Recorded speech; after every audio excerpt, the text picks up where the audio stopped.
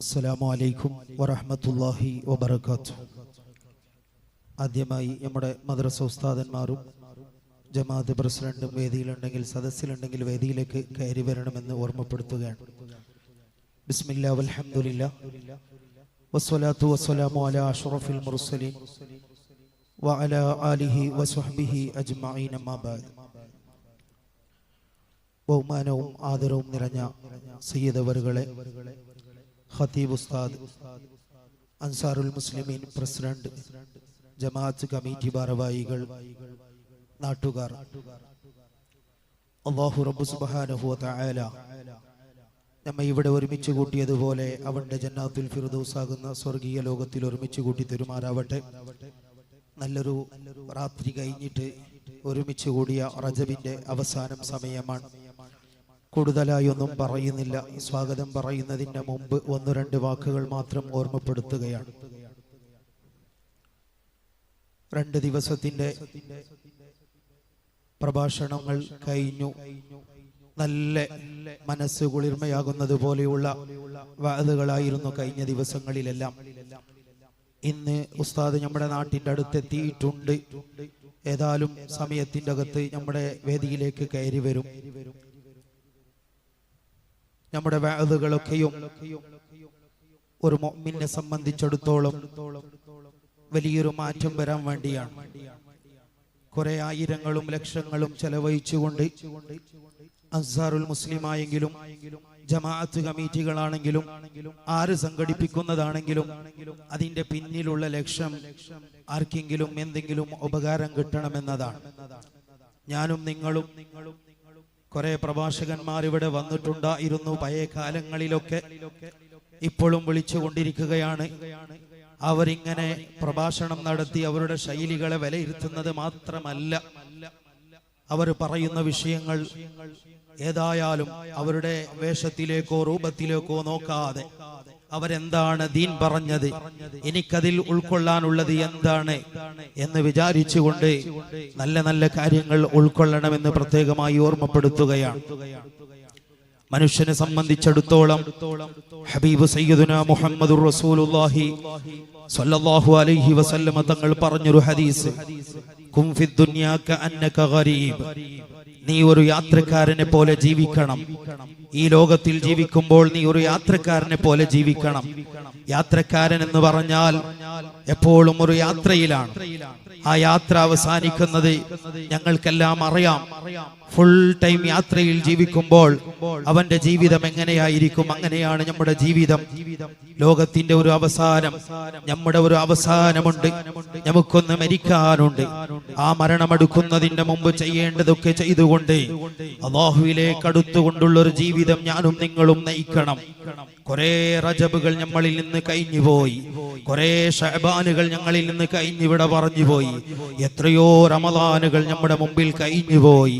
ആ റമദാനുകളിലെല്ലാം ഞാനും നിങ്ങളും എന്തു ചെയ്തു? എത്ര അമലുകൾ ചെയ്തു?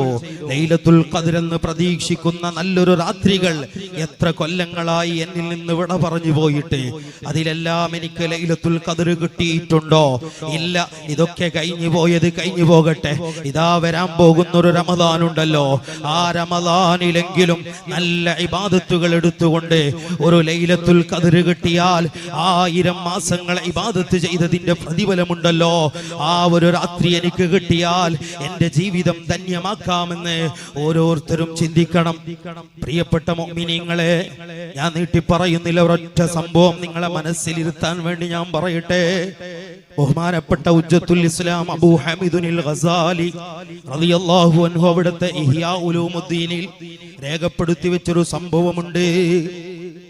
ആ സംഭവം ഞാൻ നിങ്ങളെ മുമ്പിൽ ഓർമ്മപ്പെടുത്തിയാൽ അത് കഴിഞ്ഞ കാലത്തിൽ നടന്നതാണോ എന്ന് ചോദിച്ചാൽ ഒരിക്കലും നടന്നിട്ടില്ല. ഇപ്പോൾ നടന്നുകൊണ്ടിരിക്കുകയാണോ? അതുമില്ല. ഇനി വരാൻ പോകുന്നതോ? അതും അല്ല. അങ്ങനെയുള്ളൊരു അത്ഭുതകരമായ ഒരു സംഭവം ഹുജ്ജത്തുൽ ഇസ്ലാം അബൂ ഹമീദുൽ ഗസാലി റളിയല്ലാഹു അൻഹു അവിടുത്തെ കിതാബിൽ രേഖപ്പെടുത്തി വെച്ചിട്ടുണ്ട്. എന്താണെന്നറിയുമോ? ഒരു മനുഷ്യനെ കുറിച്ചാണ്. ഒരു വ്യക്തിയെ കുറിച്ച് ഉജ്ജത്തുൽ ഇസ്ലാം അബൂ ഹാമിദുൽ ഗസാലി തങ്ങൾ പരിചയപ്പെടുത്തുന്നു. ആ മനുഷ്യൻ ഒരു നാട്ടിന്റെ രാജാവാണ്. എല്ലാവരും ശ്രദ്ധിക്കുക, ഒരു 5 മിനിറ്റുള്ളിൽ തീർക്കുകയാണ്. ആ മനുഷ്യൻ വലിയൊരു രാജാവാണ്. ആ രാജാവ് ഒരു കൊല്ലം നാട്ടിൽ ഭരണം നടത്തൂ. അങ്ങനെ അവന്റെ 1 വർഷത്തിന്റെ ഭരണം കഴിഞ്ഞാൽ ആ രാജാവിനെ നാട്ടുകാരെല്ലാം കൊണ്ടുപോയി വലിയൊരു കാട്ടിലേക്ക് വലിച്ചെറിയുന്നു. ആ കാട്ടിലാണെങ്കിലോ വലിയ വലിയ മൃഗങ്ങളുണ്ട്, വലിയ വലിയ പാമ്പുകളുണ്ട്, തേളുകളുണ്ട്, കടിക്കുന്നത് പോലെയുള്ള മൃഗങ്ങളുള്ള വലിയ കാടാണ്. അങ്ങനെ ആ നാട്ടുകാർ നാട്ടിലേക്ക് തിരിച്ചു വരും. വന്നിട്ട് വീണ്ടും ഒരു രാജാവിനെ സെലക്ട് ചെയ്യുന്നു.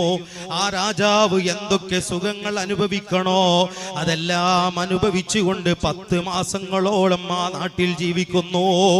11ാമത്തെ മാസമാകുമ്പോൾ ആ രാജാവിന് വല്ലാത്ത പേടിയാകുന്നു. എന്നെ കൊണ്ടുപോയി കാട്ടിലേക്ക് എറിയുമല്ലോ, മൃഗങ്ങളുടെ വായയിലേക്ക് കൊടുക്കുമല്ലോ. അങ്ങനെ ആ രാജാവിനെയും കൊണ്ടുപോയി കാട്ടിലേക്ക് എറിയുന്നു.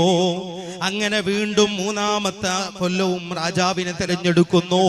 അങ്ങനെയുള്ളൊരു പതിവുള്ള നാട്. അങ്ങനെ എല്ലാ കൊല്ലവും പതിവാണ്. അങ്ങനെ പതിവുള്ള നാട്ടിൽ ഒരു കൊല്ലം ഒരു രാജാവിനെ തെരഞ്ഞെടുത്തു. നല്ല ബുദ്ധിമാനായ, നല്ല ബുദ്ധിയുള്ള നല്ലൊരു രാജാവിനെ സെലക്ട് ചെയ്തു. ബഹുമാനപ്പെട്ട ഉസ്താദ് നമ്മുടെ വേദിയിലേക്ക് എത്തിയിട്ടുണ്ട്. طلع البدر علينا من ثنيات الوداع وجب الشكر علينا ما دعا لله داعي طلع البدر علينا من ثنيات الوداع وجب الشكر علينا ما دعا لله داعي طلع البدر علينا من ثنيات الوداع وجب الشكر علينا ما دعا لله داعي.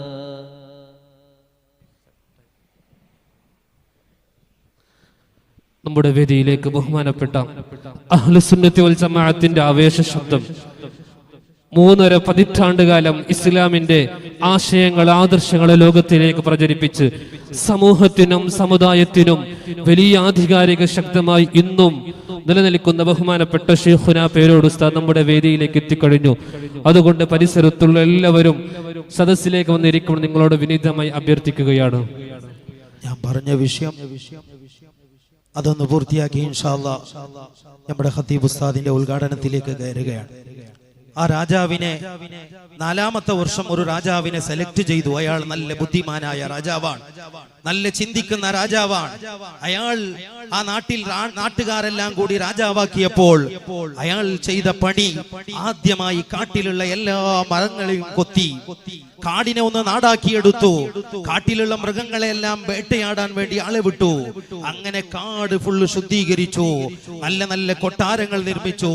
മാസങ്ങളോളമായി 9-10 മാസമാകുമ്പോൾ നാട്ടിനേക്കാളും നല്ല സൗകര്യം കാട്ടിൽ ഏർപ്പെടുത്തി. നല്ല നല്ല ആളുകളെയൊക്കെയും കാട്ടിലേക്ക് അയച്ചു. 10 മാസമാകുമ്പോൾ എല്ലാ രാജാക്കന്മാർ പറഞ്ഞത് എന്നെ കൊണ്ടുപോകണ്ട, എന്നെ കൊണ്ടുപോകണ്ട എന്നെങ്കിൽ ഈ രാജാവ് പറയുന്നത് എന്നെ വേഗം കൊണ്ടുപോയി, എന്നെ വേഗം കൊണ്ടുപോയി. എന്തുകൊണ്ട്? 9 മാസം കൊണ്ട് അയാൾ വേണ്ടതൊക്കെ കാട്ടിൽ ചെയ്തു വെച്ചു. ഈ സംഭവം പറഞ്ഞുകൊണ്ട് മഹാനവറുകൾ പറയാണ്, ഒരു മനുഷ്യന്റെ ജീവിതം എങ്ങനെയാണ്? 30, 40, 50 കൊല്ലം ജീവിക്കുമ്പോൾ കാടാകുന്ന മഹ്ശറ എന്ന് പറയുന്ന ഒരു ലോകം, ആ ലോകത്തിൽ വേണ്ടതൊക്കെ ചെയ്തു വെച്ചാൽ മരിക്കുന്ന സമയത്ത് മലക്കുകൾ വന്ന് എന്റെ മുമ്പിൽ നിൽക്കുന്ന സമയത്ത് എന്നെ പെട്ടെന്ന് കൊണ്ടുപോയി എന്ന് പറഞ്ഞ് ഓരോരുത്തർക്കും നല്ല ജീവിതം നയിച്ചുകൊണ്ട് ഈ ലോകത്തോട് വിട പറയാൻ പറ്റും. അല്ലാഹു അതിന് ഞങ്ങൾക്ക് തൗഫീഖ് നൽകി അനുഗ്രഹിക്കുമാറാവട്ടെ. എന്റെ കർത്തവ്യം